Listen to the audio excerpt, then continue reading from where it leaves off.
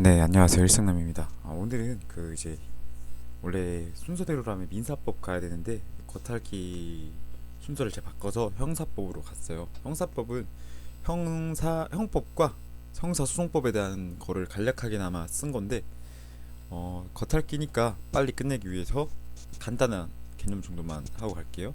이 형법은 죄와 벌, 이 범죄와 형벌을 구성한 죄입니다. 이게 왜 나와요? 나중에 형사소송 가면은 이게 좀 도움이 돼요. 죄만 있는 경우가 생기거든요. 일단 원칙적으로 형법은 무조건 죄와 벌, 이게 원칙이고, 범죄와 형벌은 법률로 정해야 한다. 이게 무슨 말이에요? 이게 그거죠. 죄형 법정주의, 이 말이지, 이 말. 그리고 상대적 부정기형의 원칙과 반대, 이 말은 이 정기형이란 말이 형벌에 있어서 자기 그 판사가 재판을 할 때 기한을 정하는 거거든요. 근데 그 기간을 안일 붙자 정하지 않았대요. 예. 그러니까 어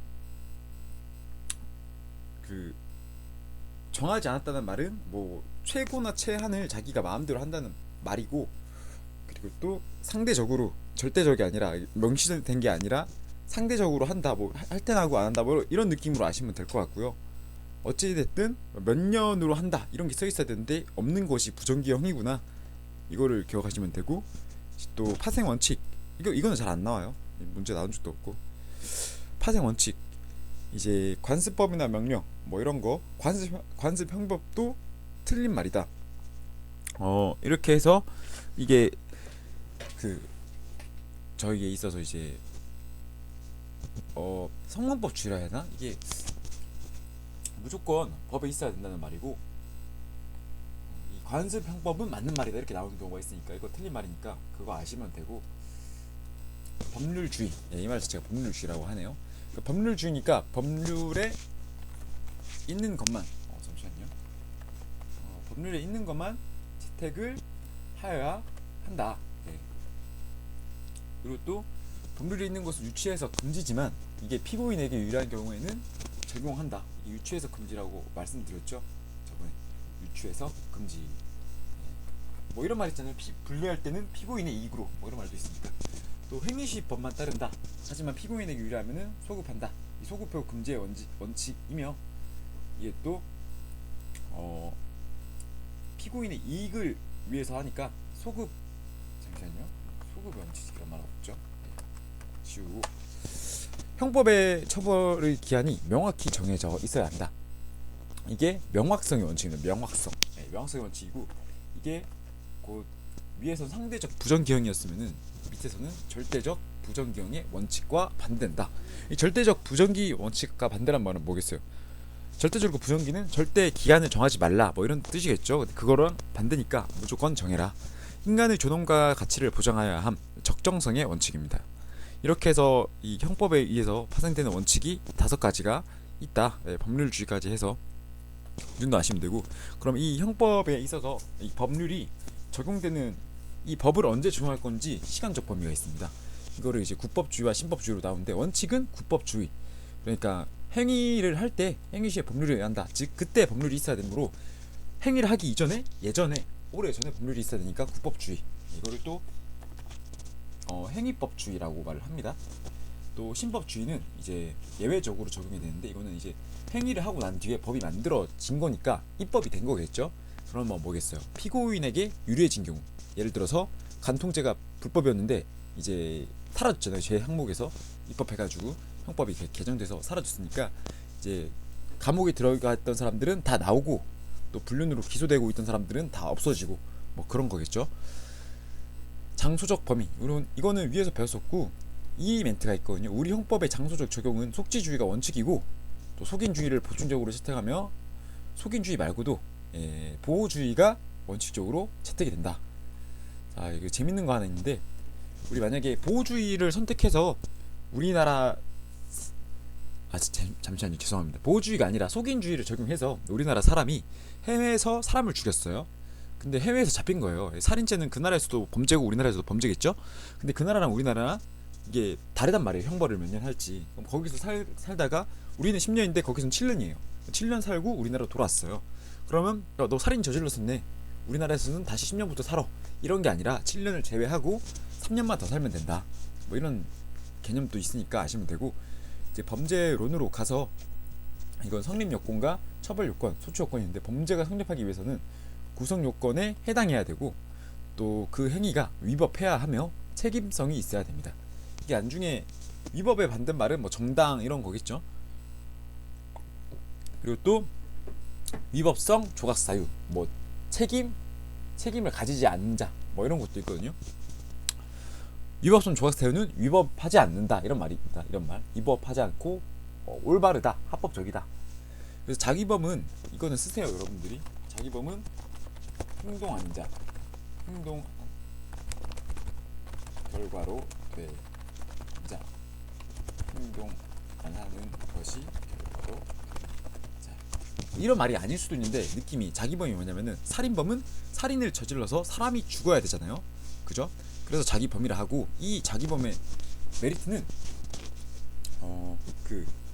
잠시만요. 아유 죄송합니다. 자기는 하라는 것이고 부자기는 하지 않는 것입니다. 예, 이렇게 해서 맞는 건데, 다시 말씀드릴게요. 그래서 살인 행동을 살인죄를 하려면 살인을 해야겠죠. 그것을 자기 범위를 하고, 부작인 법은 법에서 하지 말라고 돼 있는 게 있어요. 가령 퇴거 불응이면 퇴거를 하라는 뜻이죠. 근데 퇴거를 안 했으니까 퇴거 불응. 예, 퇴거 불응도 행동한 거 아니야? 예, 그렇게 하지 말고 원하는 행동을, 법률에서 이 퇴거 불응죄 자체가 나가라 할 때 나가라 이 뜻이잖아요. 근데 자기가 있는데 안 하니까, 해야 될 자기가 있는데 안 하니까 부작위범. 예. 또 책임, 이 책임에 의해서는 책임을 안 받는 자를 알면 되겠죠. 미성년자. 근데 미성년자인데 우리 민법상의 미성년자는 18세 미만이잖아요. 20살 미만이잖아요. 만 18세 미만. 맞나요? 만 18세 미만 맞네요. 네. 만 18세 이게 맞는데, 형사 미성년자는 만 14세 미만으로 봅니다. 알겠죠? 네, 만 10세 미성이고, 또 심신상실자가 있죠. 심신상실자.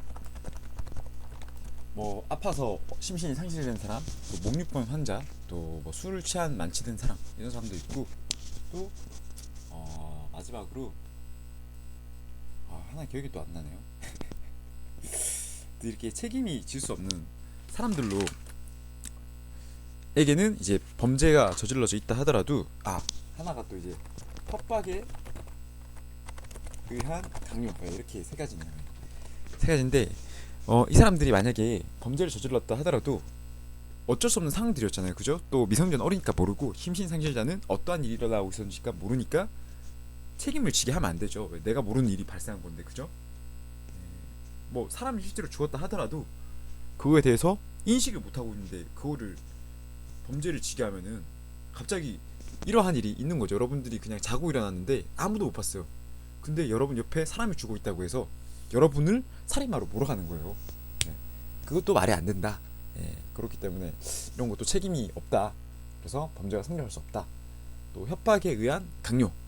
그것도 내 목숨이, 여러분들 뒤에서 막 칼로 저 사람 안 죽이면 내가 너 죽일 거야 이러면은, 여러분은 안 그럴 수도 있지만 누군가는 죽인다니까요. 그런 것도 책임이 없다. 그걸 시킨 사람이 책임을 져야겠죠. 처벌 받아야 하는가, 여기서 객관적 처벌 요건과 인적 처벌 요건이 있는데, 이거 보시면은 객관적 처벌 요건은 법령에서 이거를 면제해줘요. 아니면 신분상에 의해서거나, 보면은 다시 신분은 제외할게요. 다시 법령상으로 정해줍니다. 정당 방위, 정당 행위, 이런 게 예시가 있거든요. 공무원이 뭐 남의 재산을 팔았어요. 압류된 재산을 팔았어요. 돈을 안 갚아서. 그것 정당 행위죠. 그리고 또 정당 방위, 내가 사람을 때렸는데 반대쪽도 날 때려요. 그러면은 정당 방위죠. 합법이죠. 물론 정도에 따라서 그게 나뉘겠지만 똑같은 1이라는 힘으로 때렸다면은 정당 방위죠. 인적 처벌 요건 같은 경우에는 이게 일반인과 신분범으로 나뉘는 건데, 우리 신분을 가지고 있는 사람, 그러니까 가족 관계로 가보면은 여러분들이 만약에 부모님 돈을 훔치잖아요. 이 돈을 훔쳐요, 돈. 그러면 재산제 같은 경우에는 가족끼리는 고소를 못하게 돼 있어요. 알겠죠? 가족끼리는 처벌이 안 된단 말이에요, 재산제 같은 경우에는. 그렇기 때문에 인적 처벌 요건이 있나 없나, 뭐 가족의 돈을 훔치는 거는 한 가족, 한 사회로 보기 때문에 처벌하지 않는다, 이런 게 되고, 물론 이게 형법상의 문제는 됩니다. 형법에서 죄가 안 되는 것뿐이지 민사상으로 가면 손해배상을 청구할 수 있겠죠. 또 소추 되겠는가? 이거 친고죄를 볼 수 있는데 이 사모의 비밀 해서 사자 명예훼손, 모욕죄, 비밀 침해죄가 있습니다. 이거는 법의 권익을 보호받는 사람이 자기 권익이 침해됐다고 생각하면은 고소하는 순간 죄가 되는 거예요. 알겠죠? 왜냐면은 제가 있고 제 친구가 있어요. 근데 제 친구가 살이 좀 쪘단 말이에요. 그래서 야 이 돼지야 이렇게 말했는데 이 돼지라는 말이 기분 좋은 사람도 있고 나쁜 사람이 있을 수도 있죠. 그죠? 그렇기 때문에 뭐 친구가 본인 생각하기에 그래 나 돼지 맞아 이렇게 하면은 죄가 아닐 수도 있고 인격 모독 같은데 이러면은 모욕죄로 신고하는 순간 이제 고소가 되면은 죄가 되는 거죠. 이거랑 비슷한 개념이 반의사 불벌죄가 있는데 이거는 일단 무조건 범죄라는 거예요. 일단 범죄야. 범죄인데 의사에 반하면은 처벌하지 않겠다. 그러니까 폭행죄를 했는데 내가 사람 팼어요. 그럼 경찰이 와서 일단 데려간단 말이에요. 데려가서 조사를 하겠죠. 조사를 하고 이제 이거 같은 경우에는 친고죄 같은 경우에는 고소를 해야 되고 반의사 불벌죄 같은 경우에는 민형사상 처벌을 받지 않도록 하겠다. 피해자가 가해자한테 그런 걸 약속해 줘야 돼요. 알겠죠? 느낌 어떤 느낌인지 알겠죠? 내 의사에 반하여 벌하지 않겠습니다. 내 의사에 반하여 벌하지 않겠습니다. 내가 이 사람 처벌 안 한다니까 처벌하지 마세요. 이게 반의사 불벌죄. 그래서 폭행죄, 협박죄, 명예훼손죄가 있고 과실치상죄가 있는데 이게 좀 특이하죠. 어떤 게 특이하냐면은 과실치상죄에서 이 과실치상 같은 경우에는 그 실수로 사람을 상해를 입힌 죄인데 이거는 반의사 불벌죄입니다. 반대로 폭행치상 같은 경우에는 폭행죄 자체만은 반의사 불벌이 되지만 폭행으로 인해서 상해를 입었다면은 그 상해죄에 대한 책임을 져야 되는 거예요. 그래서 이게 좀 특이하고 업무상 과실치상죄의 경우가 이게 보통 교통사고랑 많이 연관되거든요. 그래서 교통특별법에 가보면은 업무상 과실치상의 경우 사람을 실수로 쳤는데 이거를 그러면 이제 여러분들이 실수로 운전하다가 이제 택배 배송을 하다가 사람을 쳤다 생각해봐요. 그러면 이제 고민이 되겠죠. 아 큰일 났다. 교통사고 났네. 근데 본 사람이 없어요. 그러면 이제 갈림길이죠. 놓고 갈까? 구할까? 했을 때 이게 반의살 불벌이 되려면은 업무상 과실치상이라도 그 사람을 구하려는 행위가 있어야 되고 그 사람을 안 구하고 갔다면은 안 구하고 갔는데 나중에 여러분이 돈 많이 줄라 하잖아요. 돈 그래 걸렸네. 저 사람이 피해자가 전체 12주가 나한테 여러분이 합의금으로 1억 줄게요. 다 주세요. 이게 안 된다고요. 안 구하면은. 알겠죠? 범죄 종류라고 해서 4번 이제 어떠한 범죄가 있는지 한번 설명만 해드릴게요. 이거는 어려워서 제가 따로 안 써놨고요. 잠시만요. 다시 바로 갈게요. 우리 그거 기억나시죠? 이거 범죄 종류에서 결과범은 아까 제가 자기범 했죠. 살인을 하면은 사람이 죽어야지 살인이 되잖아요. 그죠? 그렇기 때문에 그 살인죄가 되려면은 사람을 죽이려는 시도와 또 결과가 있어야 돼요. 근데 사람을 죽이려는 시도만 있고 결과가 없는 거예요. 그럼 뭐예요? 살인 미수가 됐잖아요. 기수가 안 됐다. 살인 미수. 그래서 결과범이 있고 또 거동범 같은 경우에는 나가랬는데 행동을 안 하는 순간, 행동을 거부한 순간 바로 죄가 되는 거. 나가 했는데 안 나가 바로 태거불응죄가 되는 거죠. 또 일반범과 자수범, 신분범이 있는데 일반범은 그냥 위 범죄 같은 거고 거기서 있어서 이제 자수범 같은 경우에는 우리 자기 손으로 범죄를 한 사람을 자수범이라 합니다. 근데 이게 반대로 남의 손으로 범죄를 한 사람이 있어요. 어떤 경우가 있을까요? 제일 쉬운 거 간호사인데 의사가 환자를 죽이려고 간호사한테 이거 내가 처분한 약이니까 투여하세요 해서 딱 투여를 한단 말이에요. 그러면은 사람을 죽인 건 누구예요? 간호사죠. 사실을 아는지 모르는지 모르겠지만 그렇기 때문에 여기서 범죄자에서 살인을 한 사람은 의사로 봐야 한다. 해서 간접정범이라는 개념이 있고요. 여기 있어서도 뭐 알고 시킨 사람이 있고 이 간접정범도 종범 그러니까 범죄에 있어서 따라가는 사람 도와준 사람도 있고 따라가는 사람도 있고 또 교사범 내가 실질적으로 지킨 사람 어떤 예가 있냐면 살인 청구하면은 고사범이라 생각하면 되고 또 이 교사범은 단계별로 이게 다 나뉘어요. 실행에 착수에 들어간 순간 어떻게 되니 예비 음모로 보니 뭐 이런 게 있거든요. 예. 또 이제 종범 성립 가능. 종범은 같은 경우에는 이게 따라다닐 종자도 되고 아니면은 필요한 종범도 있어요. 예. 뭐 단체 다중 폭행죄인가 뭐 그런 것도 있고 또 기억이 안 나는데 종범도 이제 간접 정범으로 본다 이런 개념이 있어요. 또 신분범은 구성 요건에 신분을 요한다. 뭐가 있을까요?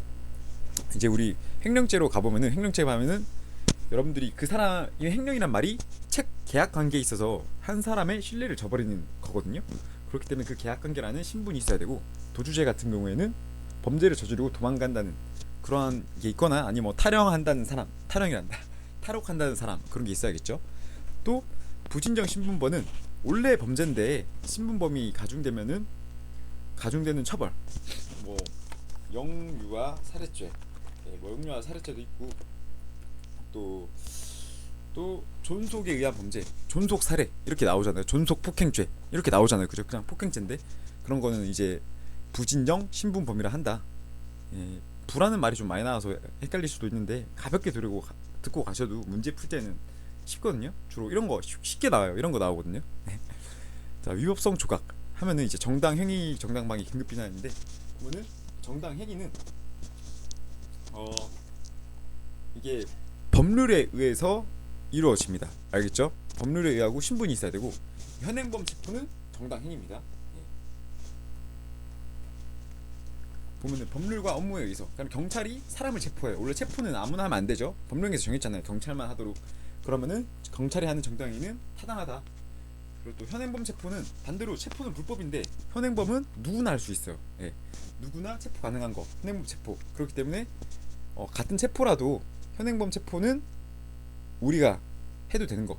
그 현행범의 기준도 이제 문제로 나오는 경우가 있어요. 뭐 현장에 몇 시간 이내니 뭐 그 피 묻은 옷이 있어야 되니 많이 뭐 이런 거를 사례로 좀 재밌게 한 사람들도 있는데 그런 거는 차후에 알아보시고 또 이거와 반대로 좀 많이 혼돈되는 게 즉시 체포. 예, 긴급 체포. 즉시 체포가 아니라 즉시 체포는 경찰권 발동의 하나이고 긴급 체포라고 해서 영장 발부 받을 시간이 모자라서 긴급하게 경찰이 체포하는 행위도 있습니다.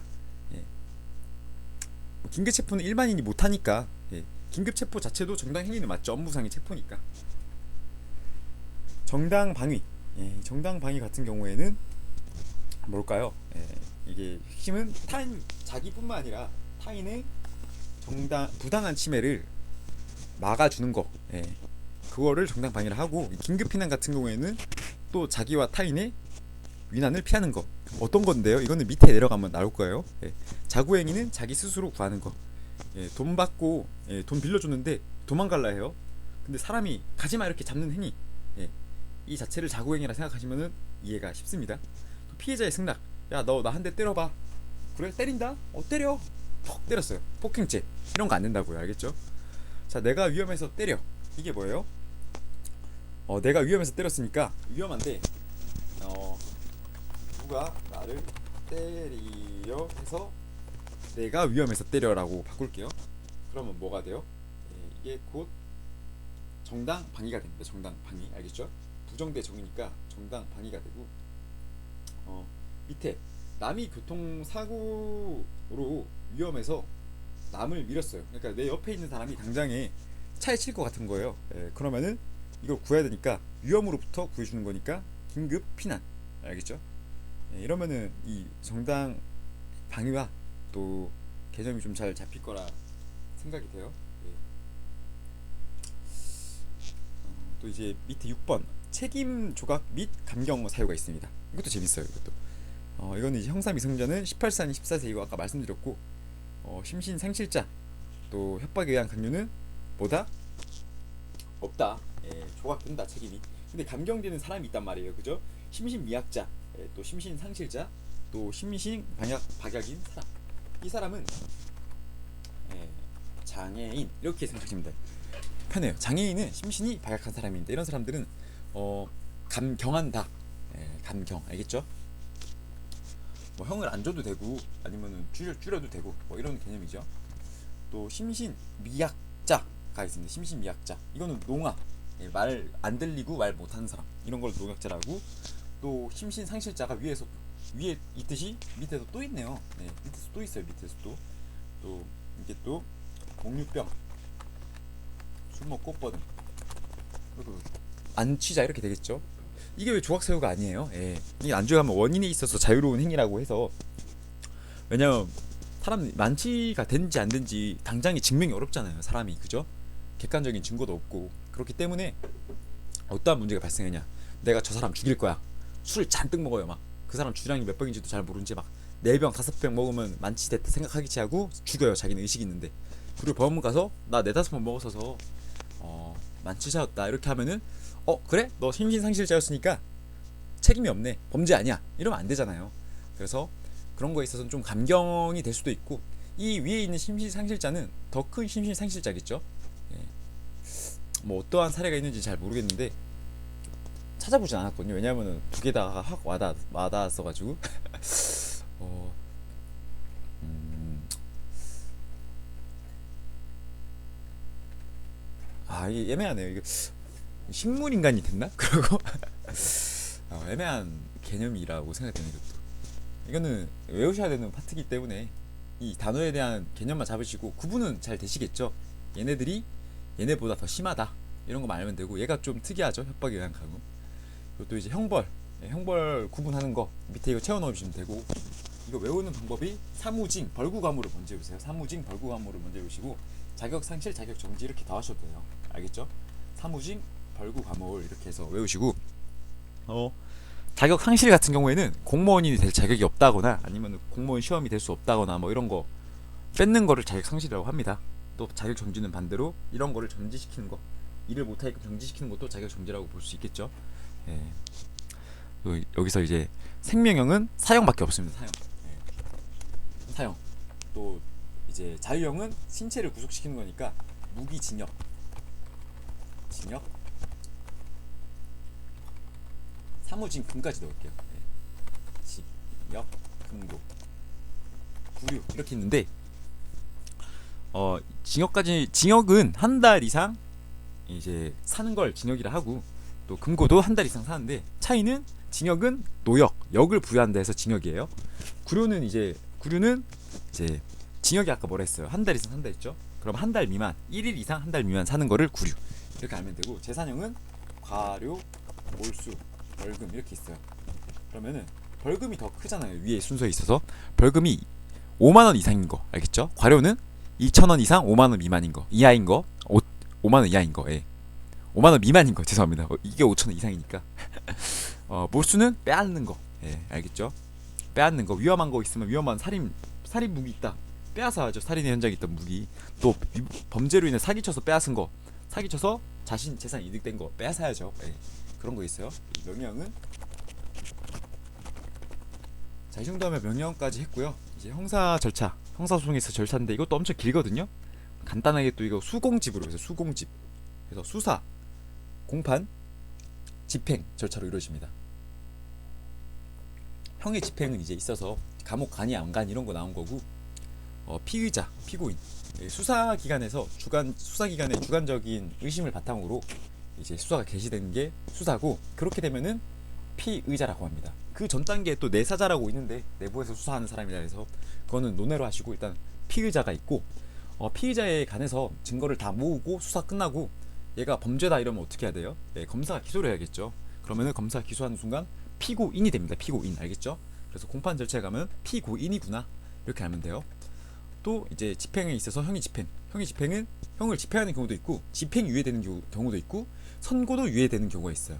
이거 간단하게 설명해 드리면은 밑에 있는데, 집행은 죄도 있고 형벌도 있고 집행도 있는 거죠. 세 가지가 모두가 있는 거예요. 죄도 있고, 재판도 받았고, 형벌도 있고, 집행도 한다. 그러면 이거는 다 있어요. 셋 다. 이거는 세 개 다 있어요. 알겠죠? 아까 제가 말했잖아요. 형벌은 뭐다? 형법은 뭐다? 죄와 벌.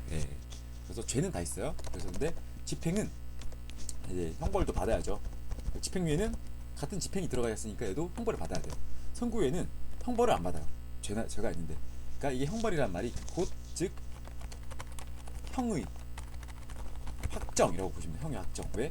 너 벌 받을 거 이렇게 있다 이렇게 말해줘야 되는 거예요. 너 5년은 살아야 된다 이렇게. 근데 이제 집행유예는 이 5년은 살아야 된다를 말했어요. 근데 실제로 감옥 가는 거는 집행은 갑니다. 확정 판결은 확정 판결이죠. 예. 또 이제 집행유예로 확정 판결 받으면은 안 갑니다. 얘는. 이래서 다른 거예요. 선고유예는 집행이 아예 없어요. 그러니까 선고유예가 제일 경미한 거겠죠. 그 다음 경미한 게 집행유예. 또 그 다음에 그럼 그 다음에 높은 게 집행. 이렇게 있습니다.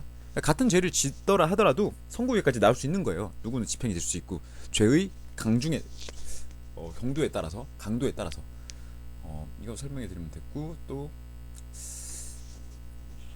이제 이제 수사 공판관 구속을 해야 하나 이런 게 이제 문제가 되는 거예요. 그러면 이제 피의자 구속도 있고 뭐 피고인 보석 심사제도 뭐 이런 것도 나오고 이런 거 아시면 되고 또 형 재판 다 끝났다 뭐 3심까지 갔다 우린 3심제잖아요 그죠? 항상 고소를 해서 1심에서 졌어요. 그러면 항소를 해요. 2심에 갔는데 또 2심에서 졌어요. 그럼 대법원으로 또 상고를 해요. 이렇게 해서 항상 고소해서 역으로 돌리면은 순서가 되는데 뭐 이런 거에 있어서 또 단독분이 합의분이 단독부가 당연히 재판관 혼자 보는 거니까 경미한 사건 뭐 1심 이렇게 나오겠죠. 그리고 또 합의부는 중한 사건 2심 이렇게 나오는 경우도 있습니다. 뭐 1심에 있어서 합의부가 구성되는 경우도 있어요. 예, 이런 거는 너무 기니까 겉핥기니까 간략히 알고 가시고 어떠한 증거를 세워야 하나 이런 것도 형사 절차에 있어서 문제가 되죠.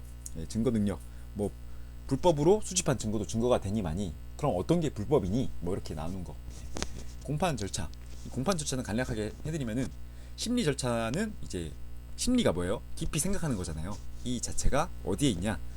증거 조사부터 시작입니다. 알겠죠? 증거 조사가 심리 절차의 시작. 왜? 그러면은 제가 한번 간략하게 보여드릴게요. 자, 재판을 하면은 제일 중요한 거 그거 진실 거부권을 고지해야 돼. 진실 거부권. 예, 판사가 진실을 안 말할 권리가 있으면 이렇게 다 말해줘요. 그리고 또 사건에 대해서 심판하기 전에 이 당사자에 관해서 뭐 이러한 일이 있고 이러한 일이 있네. 당사자 검사 측 당사자 이 사람 맞아요? 당신 피고인 이 사람 맞습니까? 누구누구 맞아요? 이렇게 한단 말이에요. 그러면은 이거를 인정 신문이래요. 신문 말고 신. 우리 보는 신문 할 때 신문 있죠. 그냥 묻고 답한다 해서 신문 이러면 그 사람들이 예 맞습니다. 예 맞습니다. 이렇게 한단 말이에요. 그러고서 검사가 이제 기소한 사실을 모두 나열하죠. 이 사람 뭐 살인을 했고 뭐 와이프랑 뭐 싸우니 많이 바람이 많이 돈이 문제였니 뭐 이렇게 싸운단 말이에요. 그렇게 해서 이 사람은 살인을 했기 때문에 그 기소가 되었습니다. 이렇게 말을 하거든요. 이제 그러면 또 이제 피의자한테 이 사실에 대해서 인정하니 많이 물어봐요. 이게 맞니 안 맞니? 맞다 해도 심리 절차로 가고 그러니까 여기서 맞습니다. 제가 모두 그렇게 했어요. 이렇게 한다 해서 막 판사가 끝났네 파티다 이제 놀자 퇴근하자 이런 게 아니라 심리 절차를 해야죠. 왜냐하면은 형의 경중을 보기 위해서. 그렇기 때문에 이 절차는 무조건 생략이 안 되고 좀 경미한 사건이나 이런 거는 생략이 되죠. 근데 모두 절차는 다 진행되고 이 심리에 있어서도 또 이 증거에 있어서 증거를 하나씩 보여주는 거죠. 이제 검사가 증거를 들이면 이겠죠. 여기 피 묻은 칼이 있습니다. 여기 뭐 피해자의 옷이 있습니다. 여기 뭐 피해자의 녹취록이 있습니다. 이렇게 딱 보여준단 말이에요.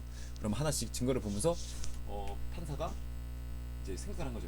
이게 이 살인의 현장에 쓰인 건가 생각을 하면서 피고 이걸로 사람 죽인 거 맞아요? 막 이렇게 물어본단 말이에요. 그럼 피고인은 또 네 맞습니다. 뭐 아니요 이렇게 얘기를 하겠죠. 뭐 이렇게 증거에 대해서 하나하나씩 조사를 해서 피 묻은 거 옷을 보니까 막 피뿐만 아니라 옷이 막 갈기 막 찢어져 있어요. 막 13방 14방 이러면 와 얘가 한 방으로 찢어 죽인 게 아니구나. 좀 심하게 좀 과하게 찢어 죽였네. 안 되겠다. 뭐 이런 생각을 할 수도 있죠. 판사가. 그런 게 심리 절차. 이렇게 해서 심리가 끝나고 나서 또 이제 검사가 구형으로 또 몇 년형 해주세요 이렇게 말하면 또 판사는 이제 마지막에 땅땅땅 치면은 끝나는 거죠. 구형 나오고 피고인 마지막 변론하고 이제 그리고 또 형의 확정 탁 나는 거죠. 이렇게 하면은 이게 1심 절차고 이제 또 싫다 난 이 형 받기 싫다 하면은 올라가고 또 올라가고 이렇게 가는 거예요. 이렇게 하면은 형사법 겉핥경시로 깔짝 갔는데 많이들 영화를 많이 보셔서 전체적인 용어를 몰라가지고 필요한 부분이라고 생각됐고 이 정도만 아셔도 이제 문제 풀 때 어려운 문제는 못 풀죠. 왜냐하면 더 많은 내용들이 있으니까. 근데 쉬운 문제는 금방금방 기억에 남으실 거예요. 예. 고생하셨고 다음에는 사회법 파트로 한번 찾아오도록 하겠습니다.